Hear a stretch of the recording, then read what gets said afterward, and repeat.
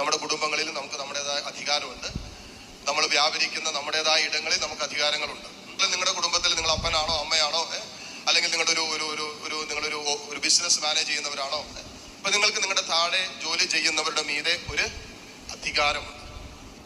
Hallelujah, hallelujah എന്ന് പറയുന്നത് പോലെ യേശുവിന്റെ നാമത്തിന്റെ ഒരു അധികാരമുണ്ട്.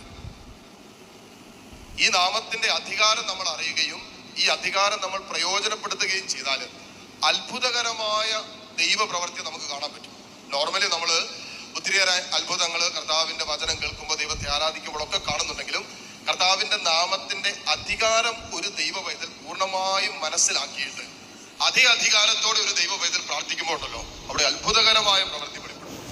അത് ബുദ്ധിക്ക് അതീതമാണ്. ബുദ്ധിക്ക് അതീതമായ കാര്യങ്ങളാണ് കർത്താവ് ചെയ്യുന്നത്. ബുദ്ധി കൊണ്ട് നമുക്ക് മനസ്സിലാക്കാൻ പറ്റണമെന്നില്ല. എത്ര ആലോചിച്ചാലും നമുക്ക് ചിലപ്പോൾ അതിനുള്ള ഉത്തരം കിട്ടണമെന്നില്ല. ഇതെങ്ങനെ സംഭവിച്ചു എന്നൊക്കെ നമ്മൾ ചിലപ്പോൾ ചോദിക്കാം. പക്ഷെ ആ നാമത്തിന്റെ അധികാരത്തിലാണ് സംഭവിക്കുന്നത്.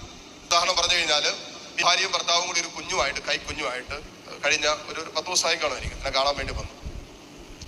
കാണാൻ വന്നതിന് കാരണം കുഞ്ഞു കുറെ ദിവസങ്ങളായിട്ട് നിരന്തരം കരഞ്ഞുകൊണ്ടിരിക്കും. കരച്ചിൽ തന്നെ കരച്ചിൽ.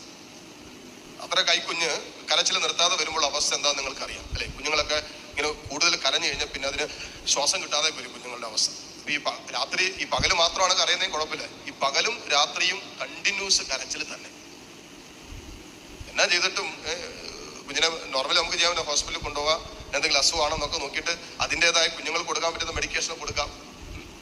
അതൊന്നും ഫലവത്താകാതെ വരികയും വീണ്ടും ഈ കുഞ്ഞ് അത് കണ്ടിന്യൂ ചെയ്യുകയും ചെയ്ത് കഴിഞ്ഞാൽ പറഞ്ഞു, അച്ഛൻ ഒന്ന് പ്രാർത്ഥിക്കാവോ, ഒരു രക്ഷയില്ല അച്ഛ, കുഞ്ഞ് കരച്ചില് തന്നെ കരച്ചില് നിർത്തുന്നില്ലെന്നാണ്. ആരെടുത്താലും, അല്ലെങ്കിൽ പിന്നെ സ്വാഭാവികമായിട്ട് കുഞ്ഞുങ്ങളൊക്കെ കരയാൻ തുടങ്ങി കഴിഞ്ഞാൽ സ്വന്തം അമ്മ വന്നെടുത്താല് കുഞ്ഞുങ്ങൾ കരച്ചിൽ നിർത്താൻ. പക്ഷേ ഇതിങ്ങനെ കരഞ്ഞുകൊണ്ടിരിക്കാം. പ്രാർത്ഥിക്കാൻ പറഞ്ഞു. ഇത്രയും ദിവസങ്ങൾ കണ്ടിന്യൂസ് ആയിട്ട് കരഞ്ഞുകൊണ്ടിരിക്കുന്ന ഒരു കുഞ്ഞ് നമ്മൾ പ്രാർത്ഥിച്ചാൽ കുഞ്ഞിന്റെ കരച്ചിൽ നിൽക്കോ? എനിക്ക് ഒരു വിശ്വാസമില്ല ഞാൻ പ്രാർത്ഥിച്ചാൽ അത് നടക്കുന്നു. പക്ഷേ എനിക്ക് ഒരു വിശ്വാസമുണ്ട്, കർത്താവിന്റെ നാമത്തിൽ പ്രാർത്ഥിച്ചാൽ അത് സംഭവിക്കും. അപ്പോ അവന്റെ നാമത്തിൽ പ്രാർത്ഥിച്ചാൽ ഈ കുഞ്ഞിൽ അത്ഭുതം നടക്കുന്നുള്ള വിശ്വാസം, ഈ വിശ്വാസത്തോടെ നമ്മൾ പ്രാർത്ഥിക്കുന്നത്. കർത്താവ് നിന്റെ നാമത്തിന്റെ അധികാരത്തിൽ ഇതാ ഈ കുഞ്ഞിന് വേണ്ടി പ്രാർത്ഥിക്കുന്നു. ഈ കുഞ്ഞിന്റെ അസ്വസ്ഥത എന്താ നമുക്കറിയില്ല. ശാരീരികമായ ബുദ്ധിമുട്ടാണോ, ആത്മീയമായ സ്പിരിച്വൽ അറ്റാക്ക് ആണോ, ഈ കുഞ്ഞ് വസിക്കുന്ന ഭവനത്തിന്റെ അന്തരീക്ഷത്തിൽ ചലിക്കുന്ന എന്തെങ്കിലും അറ്റാക്ക് ആണോ, അത് ഈ കുഞ്ഞിന്റെ മാതാപിതാക്കളിലൂടെ ഈ കുഞ്ഞനുഭവിക്കുന്ന എന്തെങ്കിലും വൈകാരികമായ അറ്റാക്ക്, നമുക്കറിയില്ല എന്താ പ്രശ്നം. അതുകൊണ്ട് നമുക്ക് ആകെ അറിയാവുന്നത് ഒന്നേ ഉള്ളൂ, എന്ത്? അവന്റെ നാമത്തിൽ സൗഖ്യമുണ്ട്. ഇതേ നമുക്ക് വിശ്വാസമുള്ളൂ, നമുക്ക് അറിയാവുന്ന പരിപാടിയുള്ളൂ. അതുകൊണ്ട് ഞാൻ പറഞ്ഞു, ഞാൻ പ്രാർത്ഥിക്കാം. ആ കുഞ്ഞിനെ ചേർത്ത് പിടിച്ചു. ഞാൻ പൗരോഹിത്യത്തിന്റെ അധികാരത്തില്, അല്ലെ നമുക്ക് ദൈവം തന്ന അധികാരമുണ്ടല്ലോ, പിശാചുക്കളെ ബഹിഷ്കരിക്കാൻ, രോഗികളെ സുഖപ്പെടുത്താനൊക്കെ. അപ്പോ ആ അധികാരത്തോടും അതോടൊപ്പം യേശുവിന്റെ നാമത്തിന്റെ അധികാരത്തിൽ ഈ കുഞ്ഞിന് വേണ്ടി അന്നാമ്പള്ളം തളിച്ച് കുഞ്ഞിന് വേണ്ടി പ്രാർത്ഥിച്ചു. പിന്നെ കുഞ്ഞിനെ വെച്ച് അന്നാമ്പള്ളം തളിച്ച് അപ്പനും അമ്മയ്ക്കും വേണ്ടി പ്രാർത്ഥിച്ചു. നീ ഇവരുടെ വൈകാരികമായ ഡിസ്റ്റർബൻസ് കുഞ്ഞിനെ സ്വാധീനിക്കും.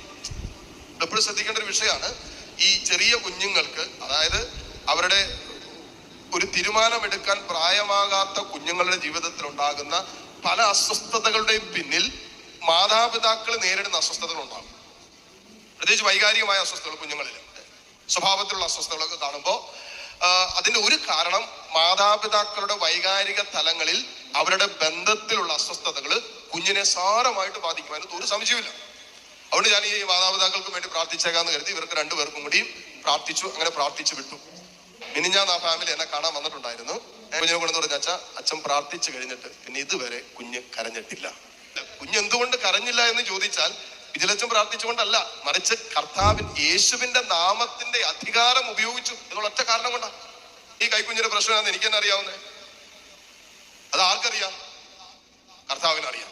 കർത്താവിന് അറിയാൻ പാടില്ലാത്തൊന്നുമില്ല. കുഞ്ഞിന്റെ പ്രശ്നമല്ല, കുഞ്ഞിന്റെ അപ്പന്റെ അമ്മയുടെ പ്രശ്നം മുതൽ അവരുടെ അപ്പന്മാരുടെ പ്രശ്നങ്ങൾ വരെ ആർക്കറിയാം? കർത്താവിനറിയാം. അതറിയുകയും കർത്താവിന്റെ നാമത്തിന് ഒരു അധികാരമുണ്ടെന്ന് ഞാൻ വിശ്വസിക്കുകയും ചെയ്തത് കൊണ്ട് ആ നാമത്തിൽ പ്രാർത്ഥിച്ചപ്പോൾ അവിടെ ഒരു അത്ഭുതം നടന്നു.